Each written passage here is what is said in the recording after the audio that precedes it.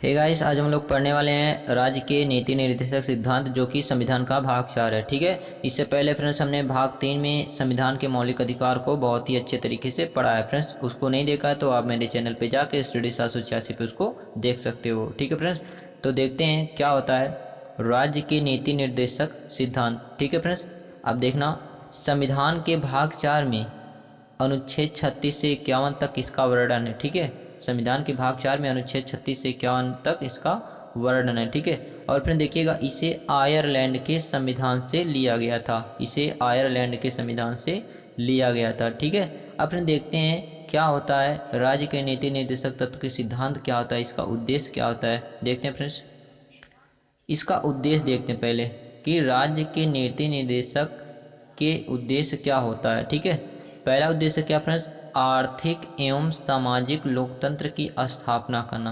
अब फ्रेंड्स पहला जो आपका आया आर्थिक, इसका क्या मतलब होता है, अर्थात फ्रेंड्स समाज में गरीब एवं अमीर दोनों रहते हैं, दोनों के बीच मतभेद ना हो, उनको बराबर का हक मिले, इसको बोलते हैं आर्थिक लोकतंत्र की स्थापना।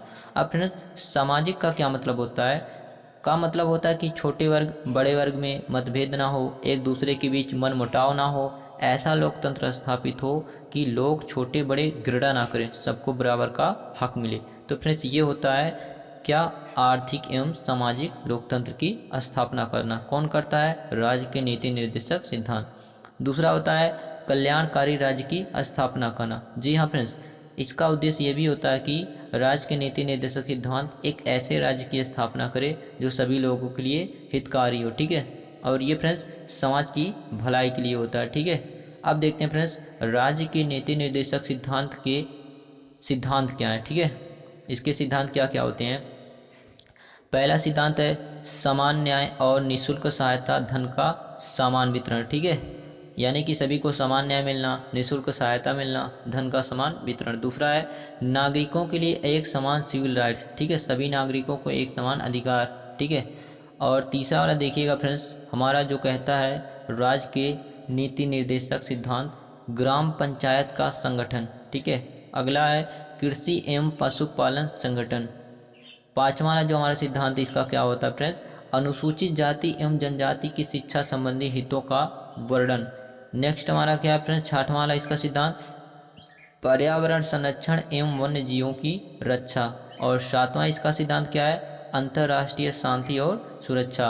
और आठवां इसका क्या है, शोषण से युवाओं तथा बच्चों की रक्षा करना। ठीक है, तो फ्रेंड्स हमने ये देख लिया है, क्या देखा फ्रेंड्स, यहाँ पे हमने देखा कि जो हमारा राज्य के नीति निर्देशक सिद्धांत है, इसे संविधान के भाग 4 में अनुच्छेद 36 से 51 में रखा गया है। इसे संविधान यो आयरलैंड के संविधान से लिया गया। उद्देश्य क्या था, सामाजिक और आर्थिक लोकतंत्र की स्थापना का। ठीक है, अब देखते हैं हम लोग इसको पूरा डिटेल में देखते हैं फ्रेंड्स, थोड़ा सा बढ़िया से।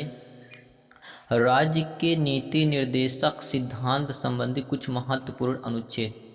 फ्रेंड्स आपको पता है कि राज्य के नीति निर्देशक सिद्धांत अनुच्छेद 36 से 51 में रखे गए। कहाँ से, 36 से 51 तक ये रखा गया। फ्रेंड्स जो 36 और 37 है इसकी परिभाषा बताता है। फ्रेंड्स 38 से देखते हैं क्या कहता है अनुच्छेद 38, नागरिकों को सामाजिक आर्थिक और राजनीतिक न्याय मिलेगा। ठीक है, नागरिकों को सामाजिक आर्थिक यानी कि धन से संबंधित और राजनीतिक न्याय मिलेगा।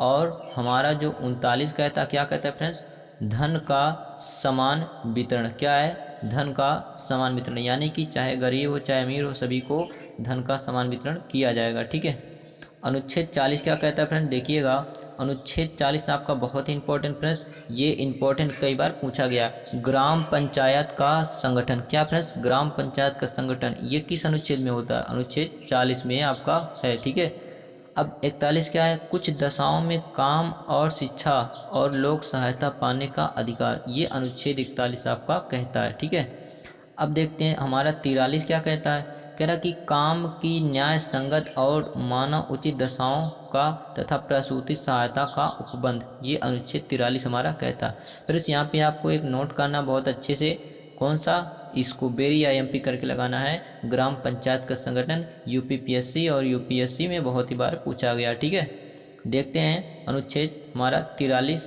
क्या कहता है। ठीक है, अनुच्छेद 43 हमारा क्या कहता है, कह रहा कि अनुच्छेद 43 ये भी फ्रेंड्स बहुत ही इंपॉर्टेंट है, कई बार पूछा जा चुका है कि कर्मकारों के लिए निर्वाचन, मजदूरी एवं कुटीर उद्योगों का प्रोत्साहन, ठीक है, ये अनुच्छेद 43 के अंतर्गत आता है। जैसे फ्रेंड्स कुटीर उद्योग, मुर्गी पालन, कुक्कुट पालन, ये सभी इसी के अंतर्गत आता है और इसे गांधीवादी सिद्धांत भी कहते हैं, ठीक है। इस पे महात्मा गांधी का प्रभाव पड़ा था। अब अनुच्छेद 44 देखते हैं हमारा क्या कहता है। कह रहा कि नागरिकों के लिए एक समान सिविल संहिता, ठीक है। अनुच्छेद 48 देखते हैं फ्रेंड्स क्या कहता है। यहाँ पे फ्रेंड्स अनुच्छेद 48 आप लोग लगा लीजिएगा, बहुत इंपॉर्टेंट फ्रेंड्स, कई बार पूछा जा चुका है और अनुच्छेद 48 का भी आपका बहुत इंपॉर्टेंट है। अनुच्छेद 48 आपका क्या कहता है फ्रेंड देखिएगा, ये कह रहा कि कृषि एवं पशुपालन संगठन, कृषि एवं पशुपालन संगठन किस में है फ्रेंड्स, अनुच्छेद 48 में है।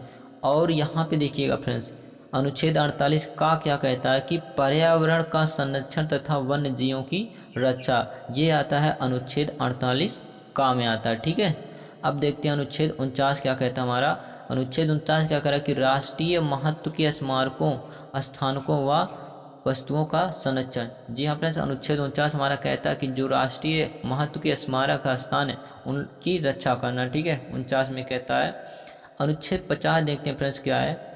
अनुच्छेद 50 हमारा क्या कहता है कि कार्यपालिका व न्यायपालिका का पृथक्करण, कार्यपालिका व न्यायपालिका का पृथक्करण, ठीक है। कार्यपालिका यानी कि जो शक्तियाँ होती हैं वो केंद्र के पास 3 प्रकार की, व्यवस्थापालिका, कार्यपालिका, न्यायपालिका। व्यवस्थापालिका जो कानून को बनाती है, कार्यपालिका जो कार्य करती है, न्यायपालिका जो न्याय करती है, ठीक है।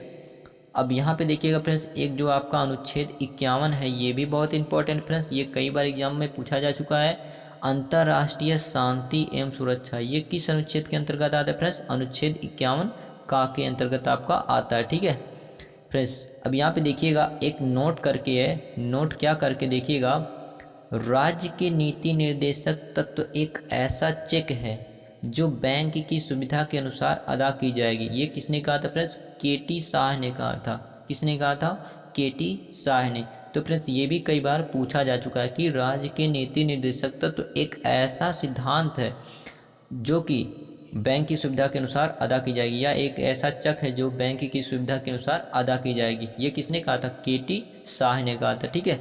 तो फ्रेंड्स यहाँ पे आपका ये कंप्लीट होता है और आज के हम कुछ अपने क्विज देखते हैं, कुछ क्वेश्चन देखते हैं हमारा, ठीक है फ्रेंड्स। यहाँ पे देखिएगा क्या है कि भारतीय संविधान में राज्य के नीति निर्देशक तत्व ग्रहण किए गए किस देश के संविधान से।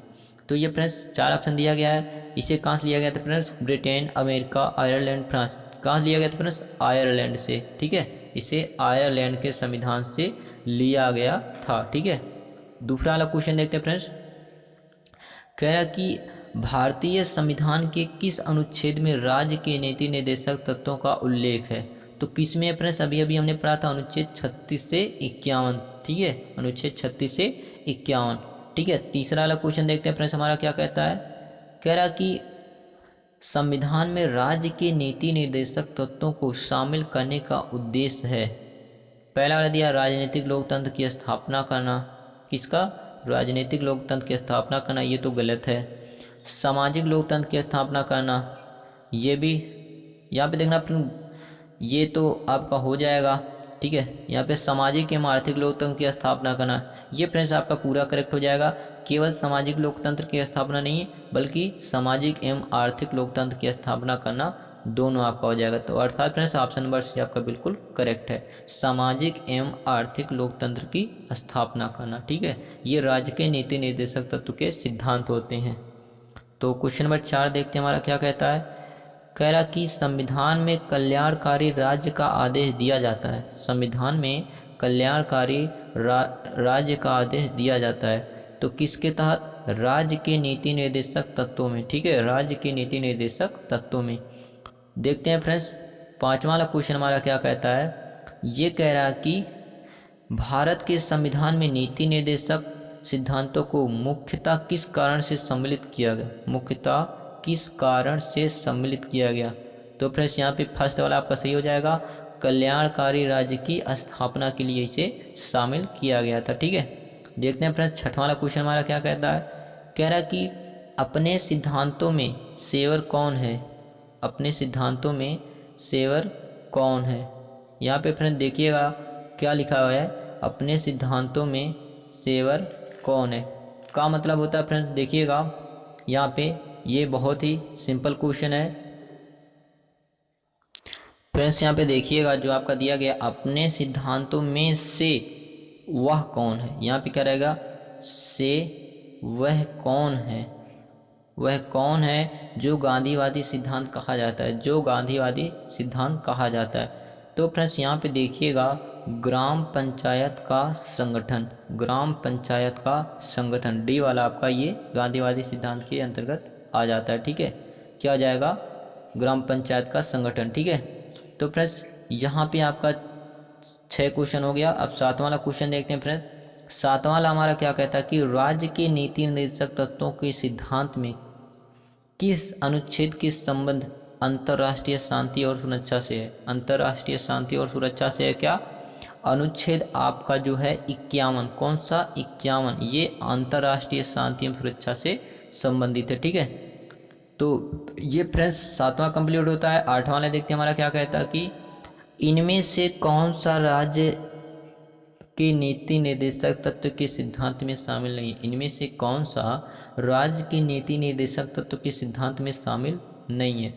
तो फ्रेंड्स यहाँ पे देखिएगा काम का अधिकार ये भी शामिल है, समान कार्य तो समान वेतन ये भी है, पर्यावरण संरक्षण ये भी है।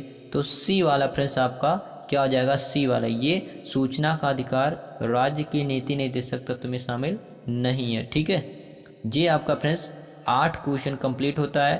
फ्रेंड्स वीडियो को पसंद आए तो वीडियो को लाइक करना और चैनल को सब्सक्राइब करना मत भूलना। ठीक है friends, thanks for watching my video.